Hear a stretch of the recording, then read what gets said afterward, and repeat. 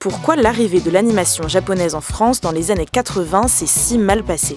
Nous sommes en 1988, Ségolène Royal est députée des Deux-Sèvres et elle n'aime pas trop les animés japonais. On constate aujourd'hui que les séries sont parfois beaucoup plus violentes que les films et il faudra aussi parler des dessins animés, notamment des dessins animés japonais qui sont exécrables, qui sont terribles. En fait, c'est parce que la télévision française n'avait rien compris à la japanimation. Depuis le début du XXe siècle au Japon, les mangas puis les animés qui en ont découlé ont une cible éditoriale bien précise. Et non, ce n'est pas que pour les enfants. On distingue 5 catégories principales.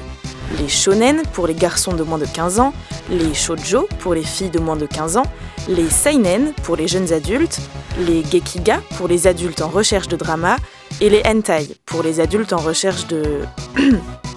Au Japon, pas de confusion. Tout le monde connaît cette classification et consomme des mangas en connaissance de cause. Mais en 1987 en France, les séries d'animation japonaises se démocratisent sur le petit écran avec 7 émissions pour les enfants.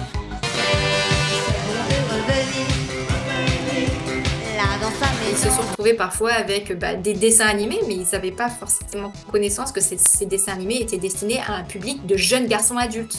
Et c'était diffusé à des heures de grande écoute, c'était le mercredi après-midi souvent, mais c'était des dessins animés qui avaient des scènes de violence qui n'étaient pas adaptées au public auquel on les présentait en France. Face aux parents indignés, les séries animées japonaises sont censurées pour couper les scènes trop violentes ou trop grivoises. Conséquence, les scénarios n'ont plus de sens et les détracteurs de la japanimation pointent du doigt une sous-culture sans intérêt.